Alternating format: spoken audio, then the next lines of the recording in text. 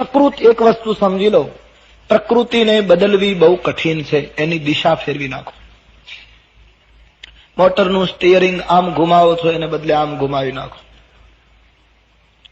આપણે ત્યાં કહેવત છે, પ્રાણ અને પ્રકૃતિ એક સાથે જાય. તમે ક્રોધ બહુ કરતા હો તો ક્રોધથી મુક્ત થવું કઠિન છે. હા, એના પ્રયોગો જરૂર છે, મૌન વગેરે, ક્રોધને કાબુમાં લેવા. પણ ક્રોધ કરવાની વૃત્તિને જલ્દી ખલાસ કરવી કઠિન છે. એની દિશા બદલો. અત્યાર સુધી ઘરની વ્યક્તિઓ ઉપર ક્રોધ કરો છો, એને બદલે તમારા નિજી દુર્ગુણ ઉપર ક્રોધ કરો. તમને અભિમાન કરવાની ટેવ છે તો બીજી વસ્તુનો અભિમાન કરવા કરતા ખતરનાક થશે. પણ એવો અભિમાન કરો, હું રામાયણ અને ગીતાનો દીકરો છું, હું ભારતનું સંતાન છું, મારા બાપ દાદા ઋષિ મુનિઓ હતા. એવો એક સાત્વિક અભિમાન પેદા કરો. તો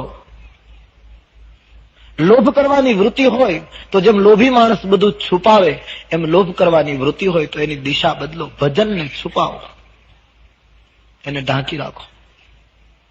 ભીલો કહે અમે લૂંટ કરીશું, પણ પ્રભુ તારો પ્રેમ લૂંટીશું. રામજી ભીલોની સાથે જેમ પિતા પુત્રની સાથે વાત કરે છે. વેદ વચન મુનિ મન અગમ તે પ્રભુ કરુણા ऐन વચન કિરાતન કે સુનત જીમી પિતુ બાલક બેન. એક રૂપ થઈ ગયા ભગવાન, નહીતર ક્યાં રામ ક્યાં ભીલ. બે પર્ણ